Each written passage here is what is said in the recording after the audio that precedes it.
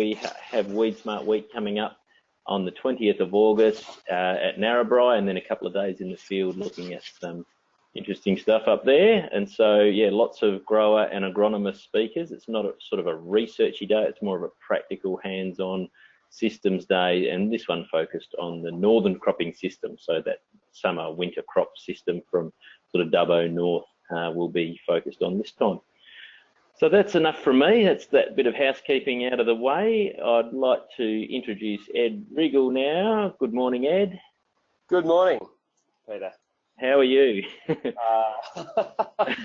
doing all right. I'm hanging in there down here. And I live at Mount Barker, so right in the south of Western Australia, about half an hour north of Albany or Narracap. And we were just discussing before, I feel like I'm in, what's it called? Wizard of Oz? Gone with the Wind? No. Gone with the Wind? Gone with the Wind. I think it was more like the other one, Dorothy and Toto. The wind is howling through here, and we've got dust storms and all sorts of things happening. So it's, I feel like I should be in the corner sucking my thumb, but I'm surviving, and I'm fired up for the webinar. Yeah, not a good start in the Great Southern. But good start in the north where I am in Geraldton. We've had some nice rain overnight, and we got rain before the wind, unlike yourself, Ed. But hopefully they get some rain to take that dust out of the air and actually get some stuff growing down there pretty soon. Yeah, as I said before, it's a bit rich of me to complain about the wind to someone who lives in Geraldton. Yeah, that's right. That's right. Yeah, you don't know how good you've got it. Yeah. Okay.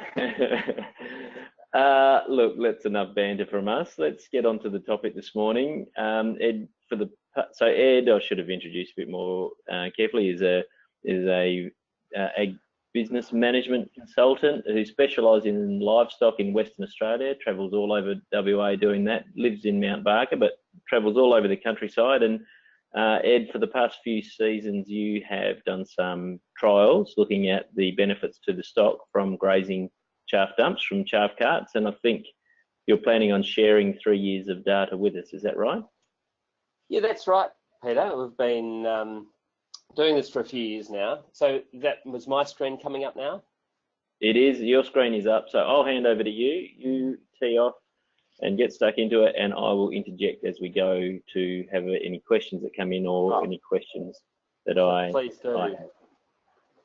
Yeah, no, so presentation today is chaff carts, sheep and cash, and the cash is has a double meaning, which you'll find out later in the day, and a bit of tongue-in-cheek there with the silver bullet. As a consultant, it's always beware the silver bullet, and sometimes I wonder if chaff carts actually are the silver bullet because of their benefits for both, in the fact that they're a great link between livestock and cropping.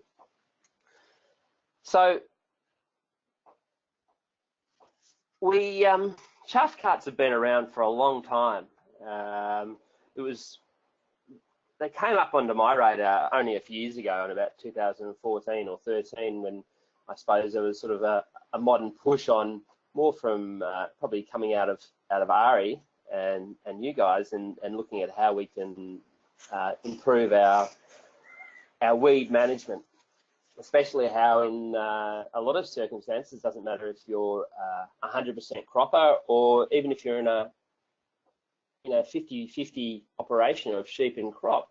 In a lot of circumstances, you're cropping the same paddocks year in, year out. Like, not always are the paddocks in rotation. So that ability to manage weeds and to hold on to those cropping paddocks for as long as possible is really important, even in those mixed farming situations. So,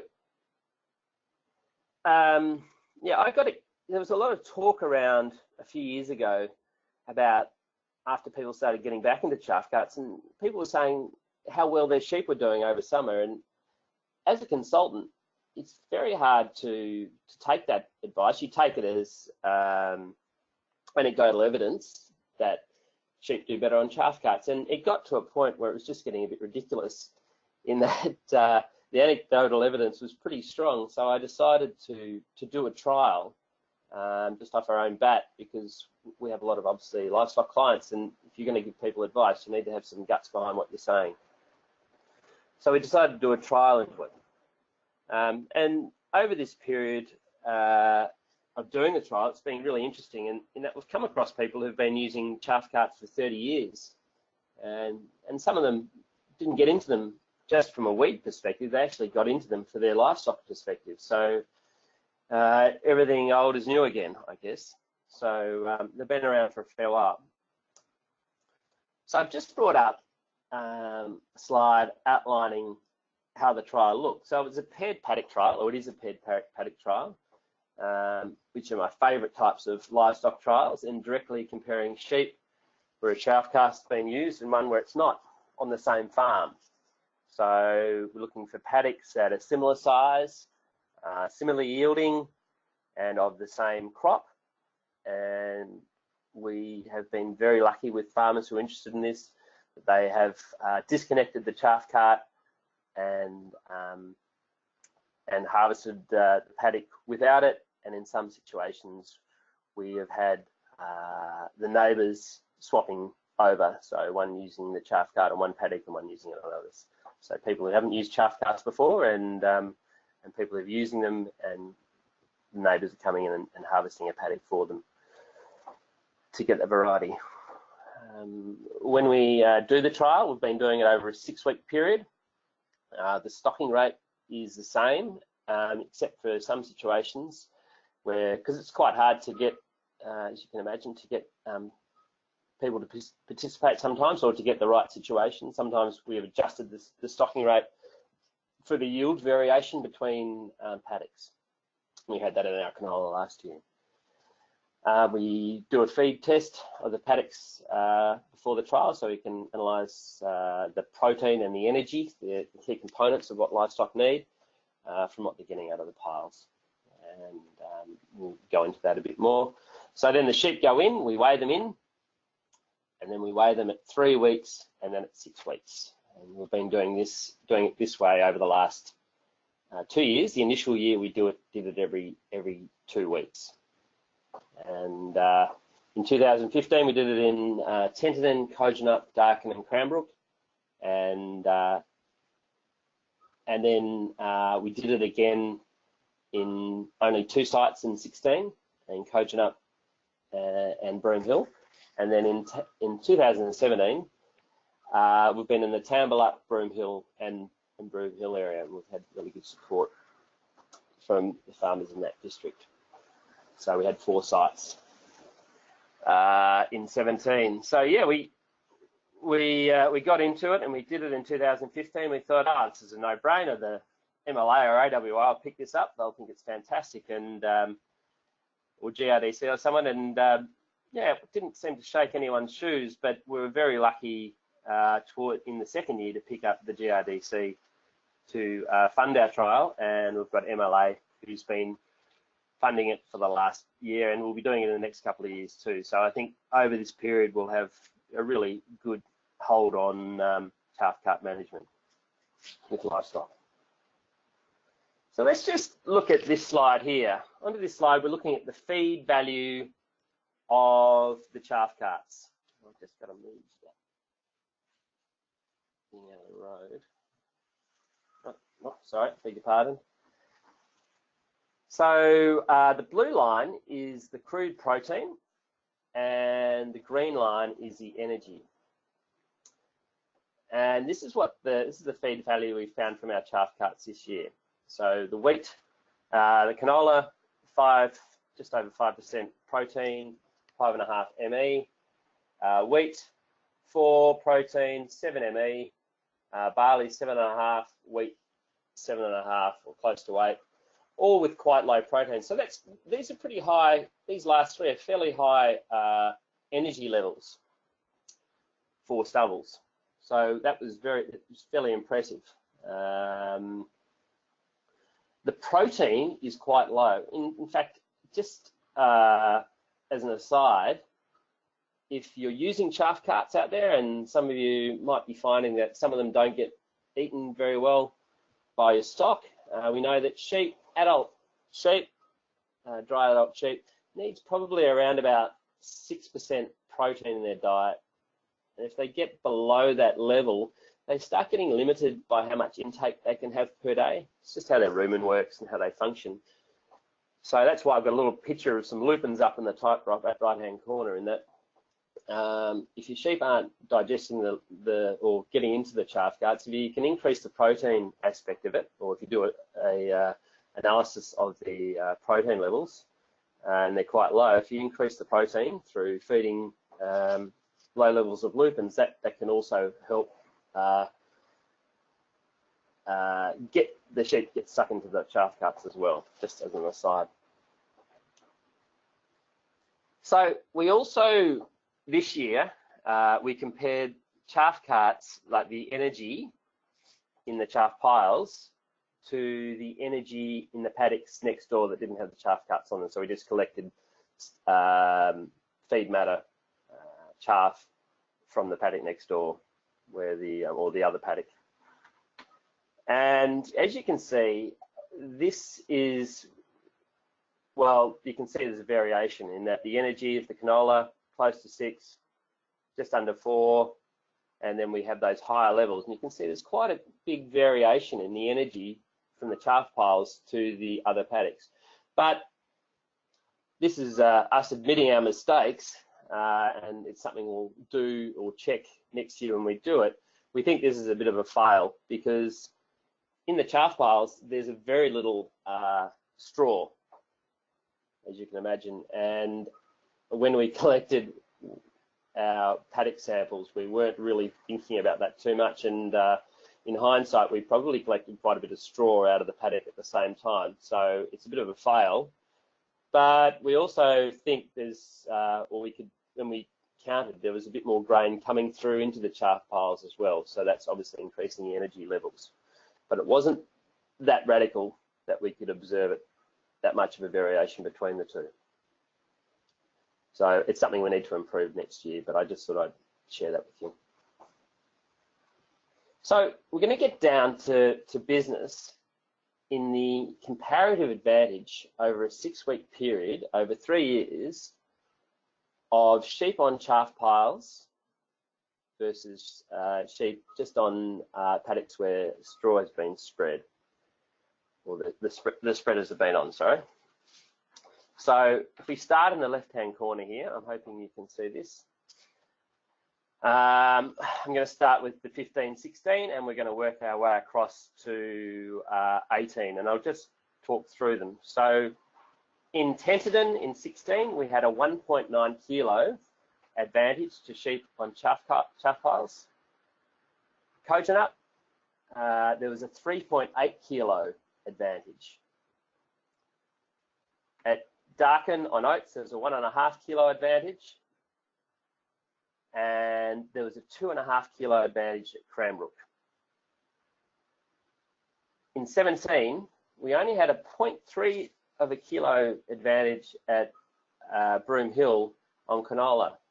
There's an asterisk next to that because there was a huge amount of rain in the middle of it, and there's a vast amount of green pick through the whole thing. So there was rain in the first trial, but we didn't see the amount of green pick as we did see in this site here. So we did put a question mark over that.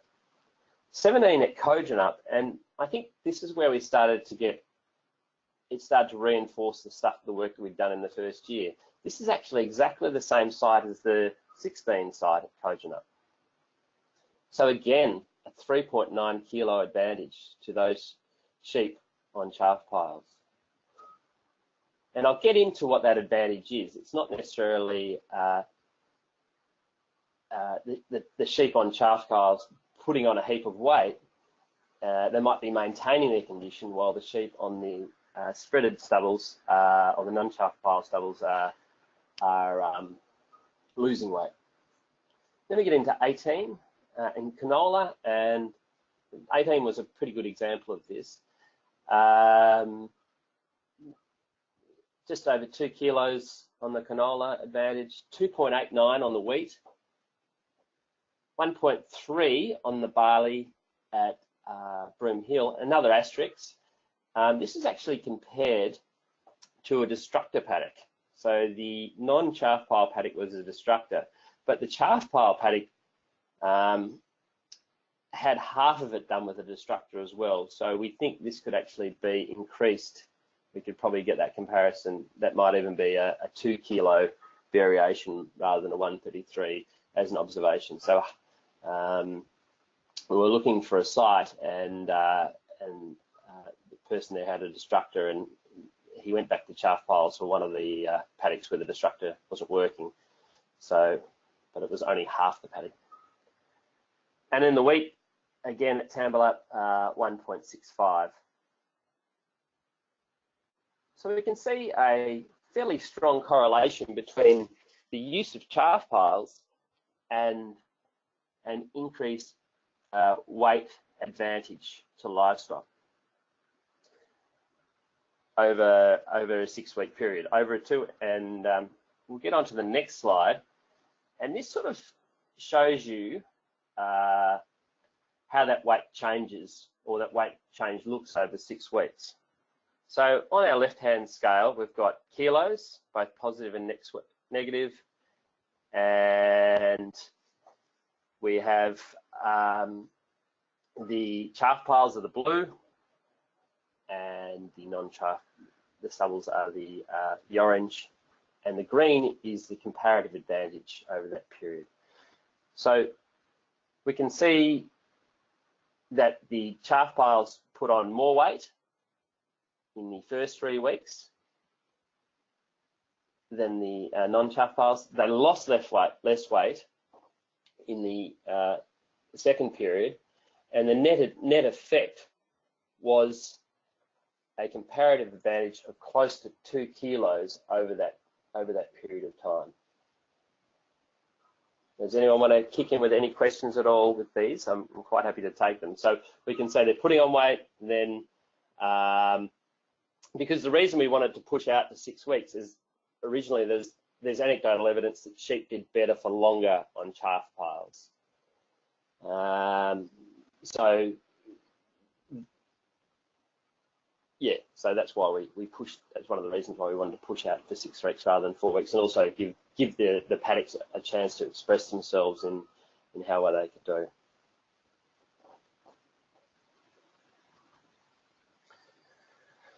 So that's all well and good, but what does it actually mean? We've got a comparative advantage for sheep on chaff piles, but I wanted to take this, and these are some figures I did after the first year, and it's sort of been reinforced over the next few years. I wanted to take it to another level and say, well, you know, a chaff cart isn't cheap. We're sort of looking for a new one at around $80,000. So, and as a consultant talking to farmers, you want to give them something a bit more robust to go with. So what about a return on investment of an $80,000 chaff cart? How's that going to look? So we did a few figures on that and created a model farm into mid to high rainfall, I guess. It's 2,000 hectares. It was 50% sheep, 50% crop, 9 DSE, and this would equate to around 7,500 DSE, or 7,500 sheep that utilised stubbles over the summer. We had an average weight advantage of 3.1 kilos per head. Now, we worked this out by looking at the 50% cereal and 50% canola, because that's a general rotation in that sort of environment. People use 50% cereal, 50% canola in their 50% of the farm that they crop as a rough estimate. And so that when we looked at that, we looked at the sort of weight advantage having those stubbles would give to your livestock. We then wanted to see what that was worth. So that weight advantage, what we wanted to do was bring that back to a number. We worked it out on a number of, well, we wouldn't need to feed our sheep as much because they would maintain at a higher rate and a higher level. So for that extra body weight they were gaining, we wanted to compare them. We compared a conversion ratio So that is the conversion ratio is how many kilos of feed it takes to put on a kilo of live weight. Now, if you're in the paddock, I'm sorry if this is confusing a little bit, just as a side step.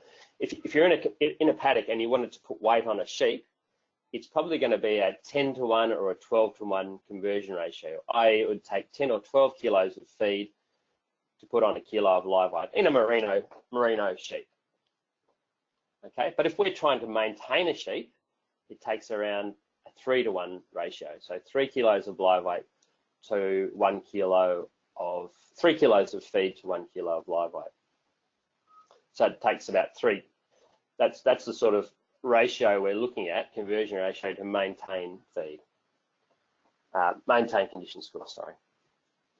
And we used a feed cost back in the good old days, or it depends how much crop you're putting in, I guess. Back in the good old days, the feed cost of $250, and I'll adjust that in as we go forward when we look at the results. So the parameters, we suggested a chaff cart was 80,000. It might have gone up in the last couple of years. The life of the chaff cart would be 20 years. Repairs and maintenance would be 20,000, and we'd sell it for 20,000. Now, with those parameters and that conversion ratio of 3 to 1 and that feed cost, we're looking at an internal rate of return of 21% per annum. Now, I did adjust that to $350 for feed, and that went up to about 28% return on internal rate of return, or return on investment. So you could cut that in half and say, I suppose, reduce those stock numbers in half, or look at our figures, which have been consistent over that time, and reduce it. And that's still a fantastic return on investment for a chaff cart.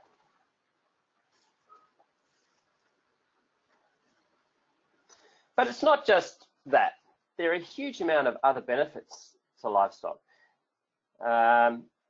As farmers, and I think things have changed of recent times because we've got a lot better at managing our sheep. But when initially, I think we looked at chaff carts and we thought, well, this is great.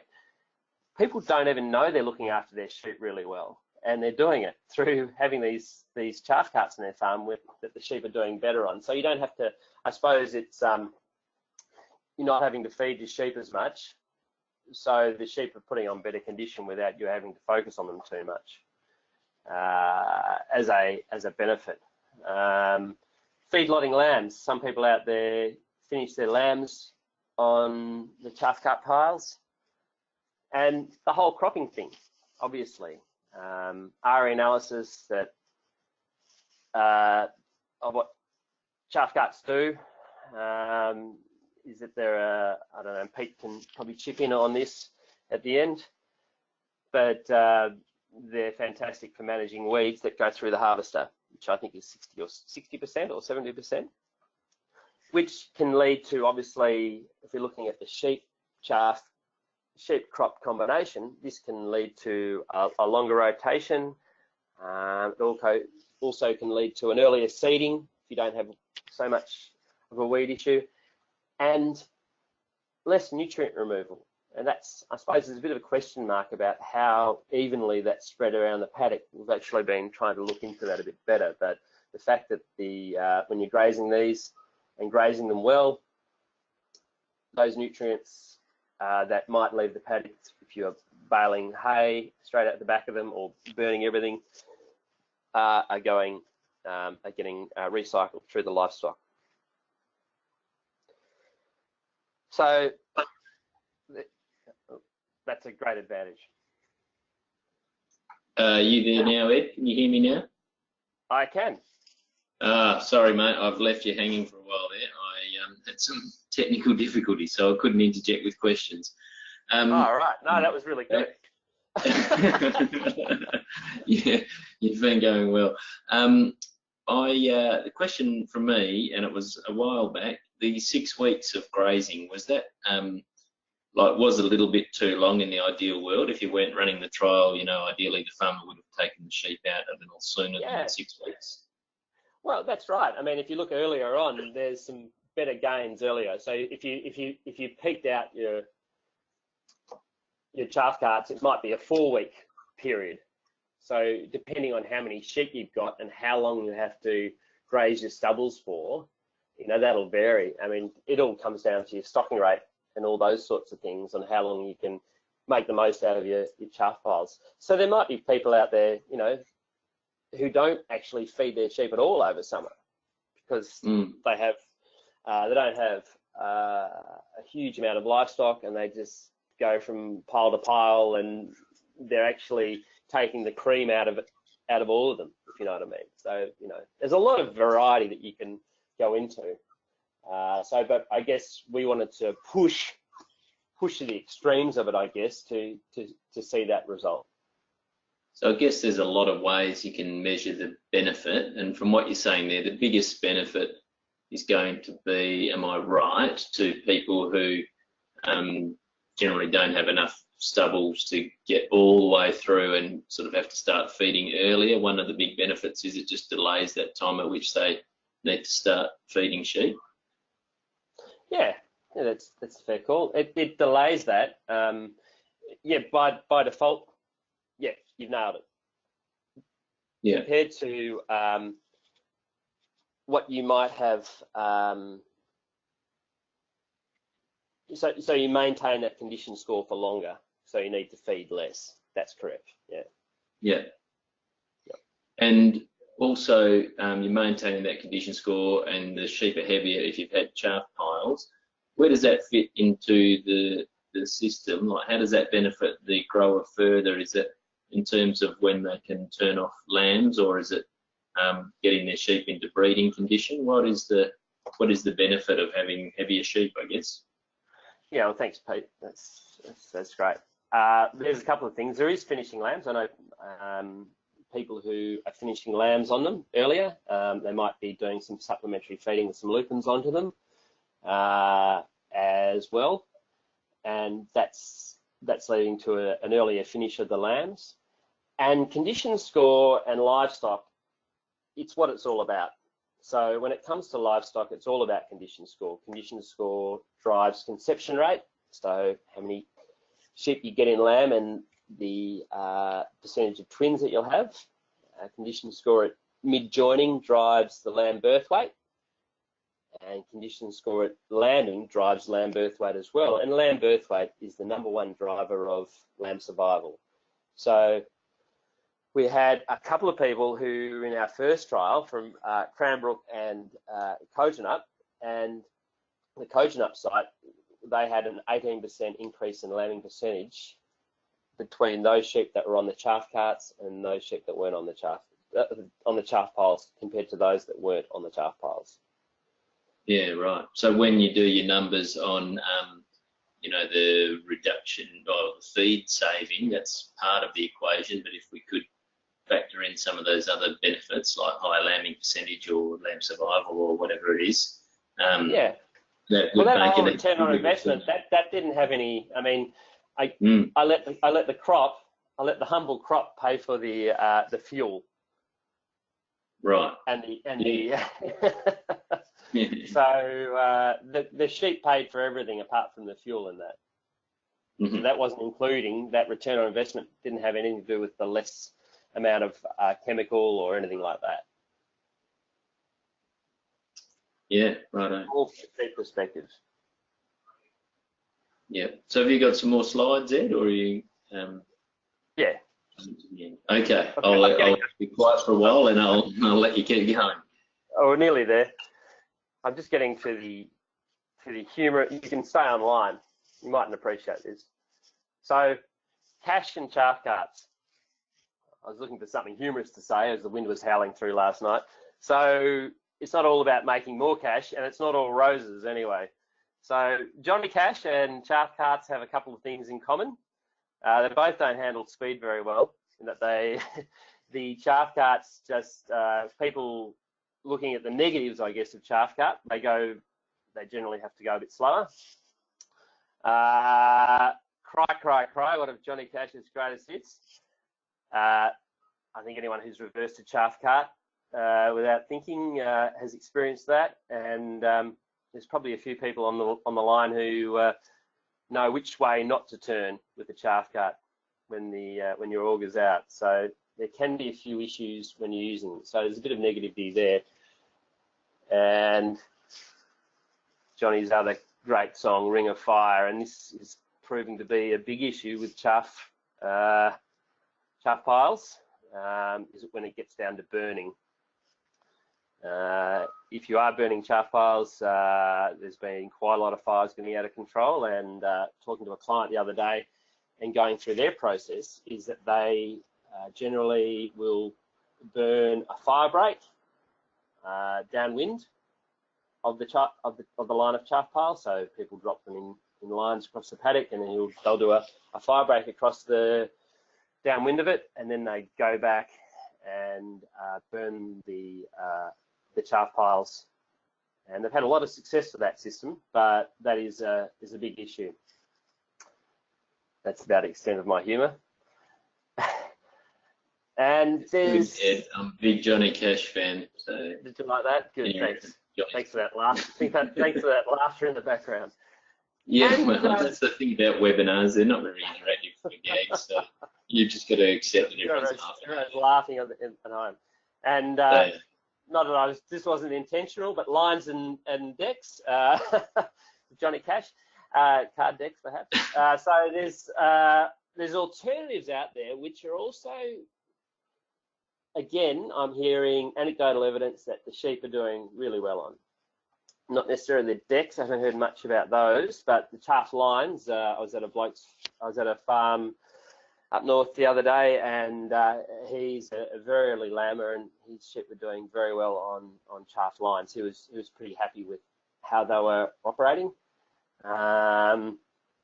There's, I guess, some question marks around the weed management and kicking the weeds out of the lines if you're having sheep grazing them, and but I hear that that's under control. And decks, I imagine, are more for CT, controlled trafficking, I think. And I guess if chaff lines work out pretty well, I guess chaff decks will work out pretty well too. But again, we don't know until you do the work. But anecdotally, it sounds pretty positive. Yeah, and I've heard positive stories from the chaff deck as well, Ed. And just on that, I mean, it goes back to your early slides as well about the feed quality. It sort of showed there's plenty of energy, but the protein was a bit low. And I don't know if you've made any observations or got any plans to measure it, but is it possible that the sheep are just picking out the good bits out of the chaff piles, which is the higher protein stuff, and leaving the low protein feed behind, and that's how it all works? Yeah, it's a really great point, because we know sheep are selective grazers. They can pick 20 to 30% better out of what we can see, what we can measure in the paddock. They did trials on that at Katanning, where they measured that sheep could actually do that. So that's highly likely, yeah. And the same would apply to the chaff line and chaff deck potentially. And the chaff deck people are saying they're ending up with controlled traffic sheep, where they just wander down the tram lines eating feed out of the chaff deck, and the chaff line people are saying the same. But yeah, like you say, it's anecdotal, and hopefully we can get some measurement on that sometime soon. It might be this summer. I think there might be an option for that this summer in our trial to have one of them being. So that would be excellent. And another negative, which again we can't really measure this. There was some talk this summer, because they really smashed some of the piles and we had a bit of moisture in there. Was it a good spot for, it was a good spot for the worms to exist or persist for the sheep in some of the pile areas when they're damp and wet, where everything else is dry, and normally you probably wouldn't have a worm burden. There's potential that they could harbour some worms, but can't really measure that at the moment. We haven't measured it. Just why I thought about that. And obviously the Destructor's out there, so people are also looking at that as an option. And finally, this is just an email I got from a guy who was involved with one of our trials a few years ago, and his maths were a little bit out, but I think it's a really great example why it's wonderful to get involved with trial work as a farmer. I can get that thing out. Oh, no, I don't want to leave the webinar. Hi Ed, hope the spreadsheet just worked out with a conversion ratio of 6 to 1, 2.5 kilos of body weight with 15 kilos of lupins per head with 14,000 sheep over the summer is 210 tonnes or $73,000. $73,000. My half share in a brand new chaff cart that is too easy to use was 40,000. No brainer. Cheers, John. P.S. Don't tell the other guy that I'm sharing it with. So it's that sort of feedback, and it's that sort of involvement in doing trials that you actually see this stuff firsthand and see how it impacts on your livestock. So I suppose that's just, I'm putting that out there for anyone who wants to get involved with trial work and those sorts of things. So Ed, you said his maths was a little bit out. Where was it out a bit? Where do you think? 6 to 1. It was more 3 to 1 that we looked at. So we were talking more 3 to 1. So it was a little bit long, but he was still $40,000 in the black. So. Yep. And just also your previous slide, you brought up a picture of the Destructor. I mean, once again, it's probably something that needs measuring. You've measured it once, I think you said. Yeah. But I've sort of commented I didn't think they were going to be very compatible with livestock because you might be smashing up your volunteer grain and reducing the feed. But what are your thoughts? Not yet. We're not. It's not a cliff face. That's for sure. Mm. That's on the work we've done. It's not a cliff face compared to non-chaff pile. The other non-chaff pile paddock, we're not seeing a huge variation. But I guess you'd need to do a Destructor versus just a regular spreading of the paddock to get that data nailed down. But our observations in the trial work we've done so far, it hasn't been a real cliff face fall off in condition over that period. And that might be because it's Broome Hill or a bit further east in the higher rain, and maybe it's less so of an issue on the higher rainfall areas where the actual stubbles are of a higher quality as well. Mm-hmm. So the leaf and all those other things is still of a pretty good quality. Yeah, okay. And any grain that's lodged in front of the harvester, I suppose, is still there. Yeah, that's right. Mm. And if the stocking rate isn't as high and those sorts of things, and again, they're picking the eyes out of it. So. Yep. And that, I suppose, is a discussion point as we go further. We had one trial in Lake Grace, but it wasn't a like with like, and so it wasn't a really fair comparison. But as you go further east, but anecdotally, we found people with chaff piles out there were doing better on chaff piles than non-chaff piles. But at the same time, we wonder as we go further east with a higher value stubble, is it less of an impact on livestock, less of a benefit? Because they're getting good stuff out of the stubble either way. Okay. Finally, thanks to all the farmers involved, especially in the last 12 months. We've had the Tilbury Grower Group and the Gillamai Centre has been in Cranbrook's been great with their support. GLEC and MLA over the years of doing it, and Allflex Tags who donated some tags, and also Landmark, Lake Grace and Elders Cranbrook that have helped us with some of our sheep weighing where we needed extra scales. Righto, thanks Ed. Look, if you're still listening in out there and you'd like to ask a question, you still have a couple of minutes left. So really, just to sum it all up, Ed, I mean, there's different ways of measuring the value. There's clearly, if you are a grower who sort of needs all of your stubble and then starts feeding sheep, like that's not everyone. Some people have more stubbles than they have sheep, so there's not a huge benefit. Whereas others, the system is fully tuned so that they'll graze all of their stubbles and then start feeding sheep when they're finished. So from what I can gather, they are the ones that have the most to gain. in terms of reduced sheep. Yep. And then also there are other benefits beyond just saving feed, which is heavier sheep, which is good for finishing lambs, good for lamb survival, lamb percentage, am I right? And condition. And less time feeding, so less labour feeding sheep as well. Yeah, of course. So that's a big issue. Yeah, so some of those things it doesn't even have to make dollars and cents. It might just make someone's life a lot easier. Well, it does. It works both ways, doesn't it? Because you amount of time that you're working and all those sorts of things, cost of labour, your own time, and staff. Yeah. Now, there's a question here saying, how can we get sheep to eat more of the chaff dumps?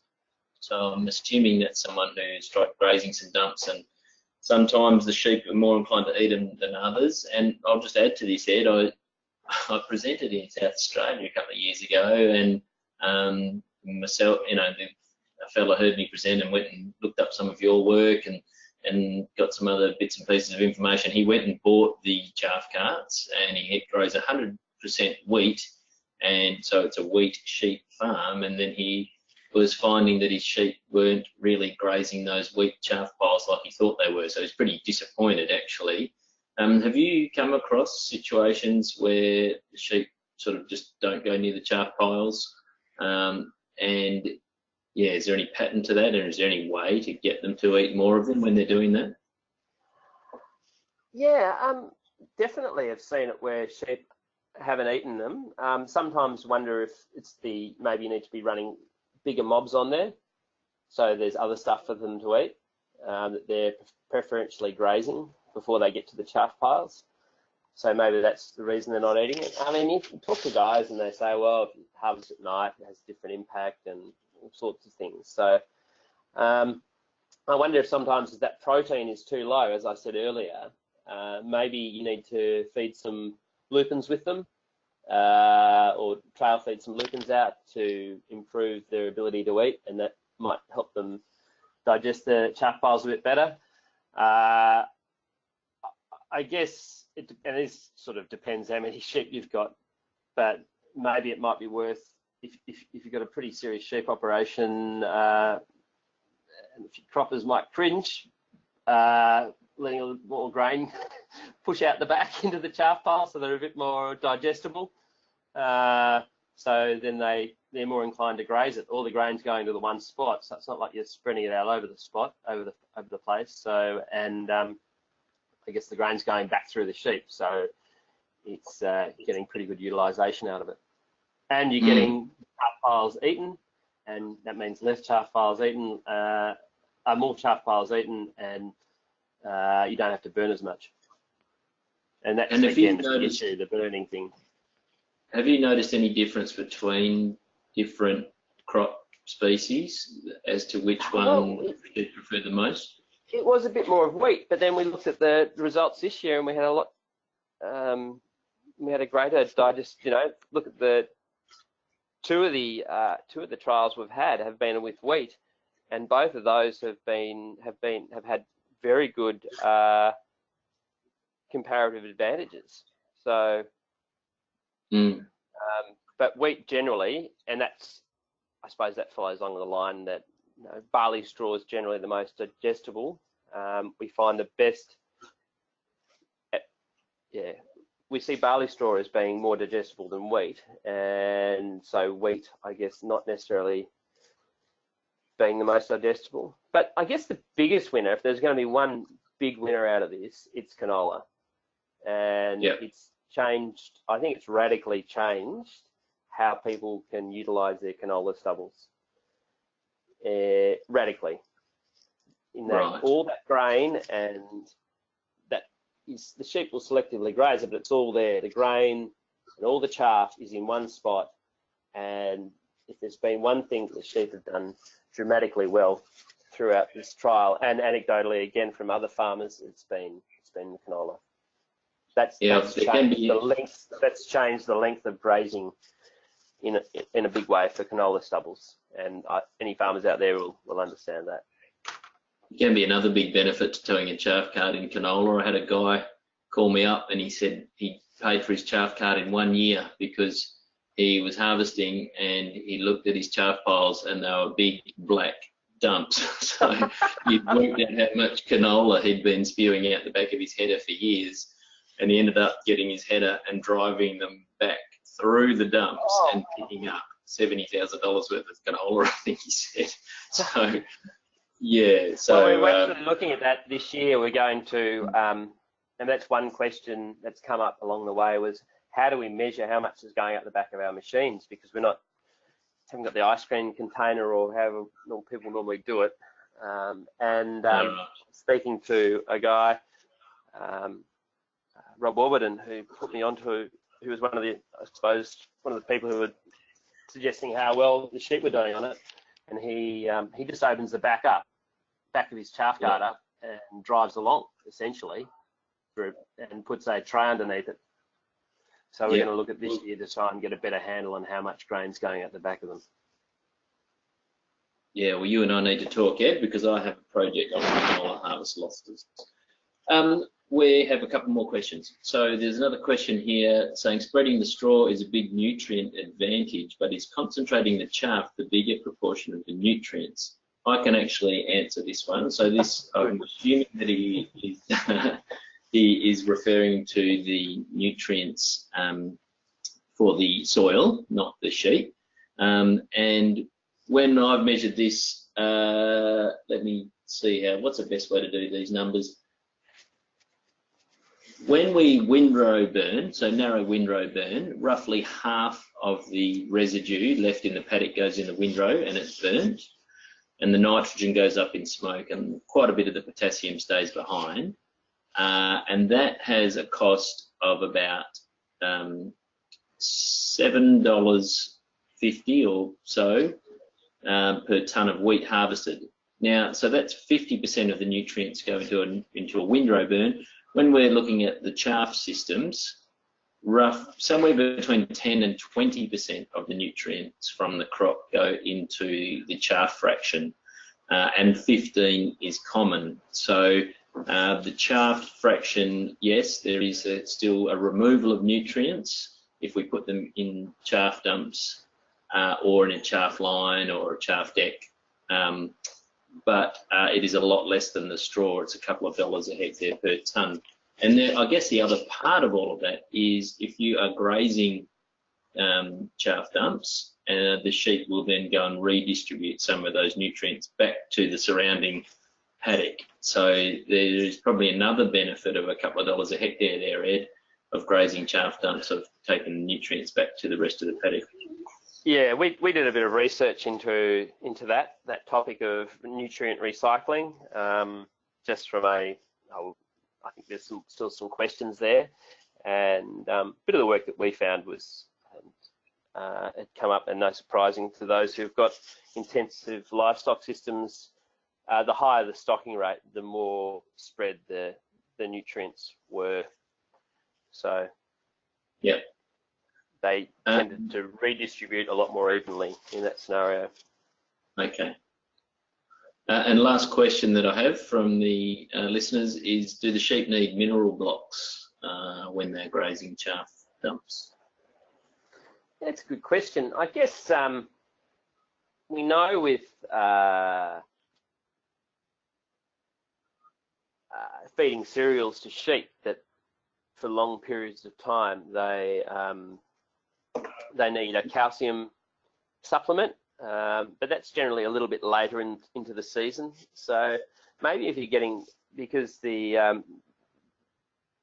need a calcium supplement because the ewes can end up with hypocalcemia at lambing, and generally a bit better for them. So maybe a salt calcium mix would be good to try and handle that. With lupins, generally not an issue, but maybe with cereals that might be a good idea. I don't think it would be so much of an issue with canola. Yeah. So Ed, you alluded, oh hang on, there's another question, sorry. Any observations that there was a spread of weeds because the sheep they'd rummage through the chaff piles and spread the weed seed back out. I can answer that as well, Ed, but you go first. Yeah, I think sheep, I think it's under 5% of weeds that actually pass through a sheep. Newms, I think something like that. That's been recorded. Yeah, 1 to 3% is what I've seen, and one study up to 5. So most, particularly ryegrass, just don't survive the passage through the rumen. So, and no, just quite close to the pile, I think. It doesn't spread out any further than that. Yeah. And is there any advantages or disadvantages with regard to introducing sheep to cereal stubbles, particularly young ones? And I'm wondering if this person is referring to acidosis. Is there any risks there? It depends on the amount of grain in there, like any barley stubble. And I think, I think weaners, it's probably, if they were younger stock, it probably would be a good idea to have some older stock with them to show them what to do. I think they get in there. I know some of the data we've got, they've looked at the chaff piles for a couple of weeks and then gone, there's something in this. Yeah. because we know that they have, I can't remember the term. It's why you feed ewes and lambs pre-weaning. They have a neophobia, I think it's called, a fear of new things, or not a fear of, they don't like new things, so they need to learn these things at a young age. So it'd probably be good to have ewes and maybe introduce them to have a look at the amount of grain that's if you can see a lot of grain in the piles or on the ground, then maybe introduce them steadily, or if at low numbers it might be okay. Okay. And maybe have some older stock to show them how to use the chaff piles. Yeah. And there's a question about putting molasses on the dumps. Molasses is something that always sort of seems to come up with feeding sheep. Ed, what's the go with molasses? When is molasses useful?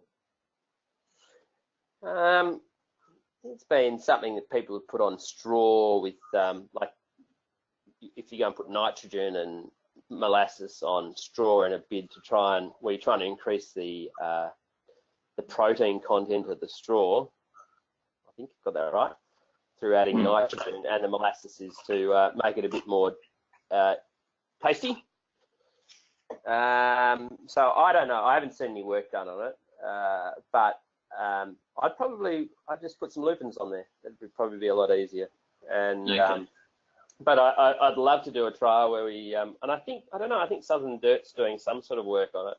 The Southern Dirt Group, I'm not sure, where we went and put we put tried to improve the digestibility through putting on things like molasses and urea or alka pellets or some other sort of product that improves the digestibility of the piles. Yeah, I can't say if it does work with straw, but I think it works with straw. There's no point putting molasses on it unless you're going to put some nitrogen or urea water mix or something like that on it to improve the protein level. I think, if they're eating it and it's crap, then it's still crap. Right. I do like a bit of maple syrup on my porridge, so that's a bit of molasses on a wheat chop. I'd be into it. Yeah, that sounds all right.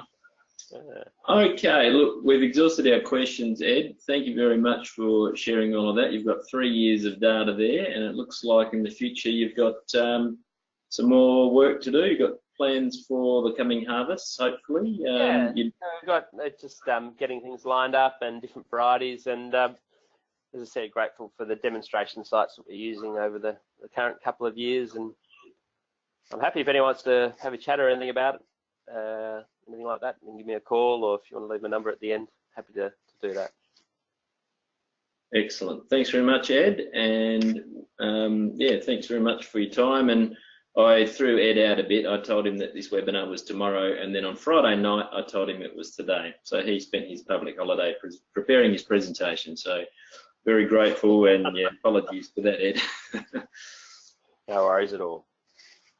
On the screen at the moment is another reminder about WeedSmart Week. If you're looking for a few days away off the farm or or whatever you do, you might like to come and join us in Narrabri Monday the 20th of August. We've got one day as a seminar day and then 2 days in the field visiting farms, looking at a whole range of different things in that part of the world. So thanks very much everyone for joining us. Next week we have another webinar with Ben White, and he went out at harvest time, looked at the Terminator and the Harrington Seed Destructor and compared the two, and Ben's going to join us next week and give us a bit of an update on what he found looking at those two machines. So we'll sign off now. Thanks everyone for joining us, and hopefully we'll see some of you next week. Thanks, Pete. Thanks, Ed. Good on you, mate.